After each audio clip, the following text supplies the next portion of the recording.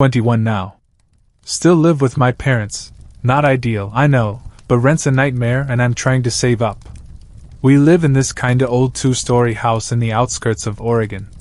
Cold, quiet, and surrounded by trees that look like they whisper when the wind blows. It's the kind of place that feels too quiet sometimes. Anyway, weird stuff didn't start happening right away. We moved in 5 years ago. It was a fixer-upper, creaky stairs, some bad plumbing, but nothing major. It was a good deal. Almost too good. We noticed early on that the attic was sealed off in a weird way. There's a square panel in the hallway ceiling upstairs, one of those push-up tile deals. The kind that leads into those dusty, unfinished attics with no floor. Just fiberglass insulation and exposed beams. We peeked once when we first moved in. My dad climbed a ladder, stuck his head up there, and immediately came back down, coughing. "Just insulation," he said. "No reason to go up there." He nailed the panel shut after that. Said he didn't want rodents getting in. For the first 2 years, everything was fine. Then, in the 3rd year, I started hearing it. At first I thought it was just the house settling. You know, old wood expands, shifts. But this wasn't that. This was different. I'd be lying in bed at night, scrolling my phone, and I'd hear this creak. Like someone stepped hard on a soft spot above me. Always above me. Right where the attic is. It was never fast. No pacing or running. Just one step.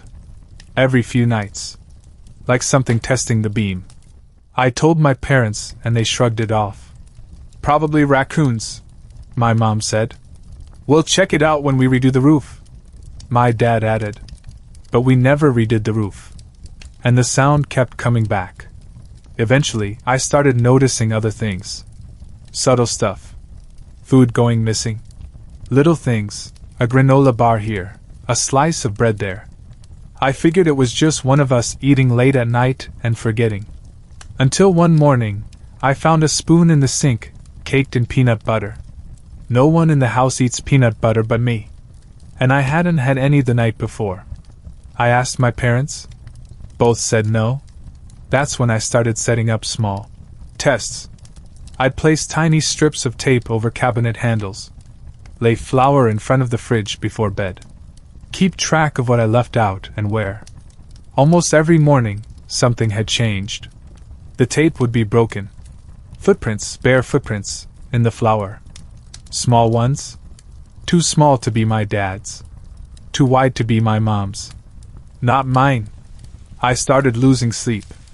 I'd stay up late with my ear to the ceiling. Some nights, I swear I heard breathing up there. Not loud. Just close. Like someone holding their breath to stay quiet. I finally convinced my dad to open the attic again. He pried the nails out with a crowbar and pushed the panel aside. I stood below him with a flashlight. He stuck his head up, then froze. "What is it?" I asked. He didn't answer right away. Then he said, "There's blankets." I climbed up after him. He was right. Wedged between the beams, on top of the itchy fiberglass insulation, were old, stained blankets, flattened like someone had been lying on them for a long time. An empty water bottle.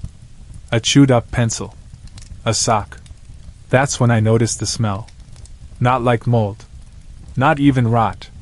It was human. Like sweat and oil and something sickly sweet underneath. We didn't say much. Just backed out and sealed the panel again. We called the police. They checked the attic thoroughly but didn't find anyone. Said it was probably an old squatter site. Told us to keep the panel sealed and install cameras if we were worried. We did. My dad put one in the hallway, pointing at the attic door. Nothing happened for weeks. Until last week. I was home alone. Parents were out visiting my aunt overnight. I fell asleep on the couch downstairs watching TV. Around 2 a.m., I woke up to a faint thud above me, followed by another, and another. Then, a creak. Slow and deliberate. I checked the hallway cam feed on my phone. It was glitching. I froze. Suddenly, the hallway light, which is motion activated, turned on. Something had moved under the attic panel. Then the light turned off. I stared at my phone screen for 10 minutes, not blinking. Then I saw it. A pale hand. Pushing the attic panel up from underneath. Just a little. Just enough to peek through. And then, eyes. Not glowing. Not monstrous. Just human eyes peering through the crack in total silence. Watching.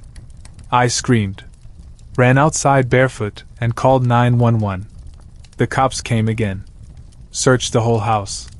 This time, they found her. It was a woman. Mid-40s. Thin, almost skeletal. Filthy. She had crawled into the insulation years ago, God knows when, and hollowed out a spot between the beams. She had dug a path through the insulation. Worn it down so she could crawl silently and lie flat when needed. She admitted to sneaking down when we weren't home. Said she would hide in the crawl space or behind furniture. Eat whatever she could find. She'd been living above us for nearly 3 years. She knew our schedules. Knew our routines. And when I asked her why she chose our house, she said, "You left the attic open once. That was an invitation. I can't sleep anymore." We sealed the attic. Moved my bedroom downstairs. But I still hear creaks. My mind plays tricks. I imagine her crawling through the walls, just waiting. Sometimes I even dream about her watching us sleep. If you ever hear something above your ceiling, don't ignore it. And whatever you do, never leave your attic open. They might take it as an invitation.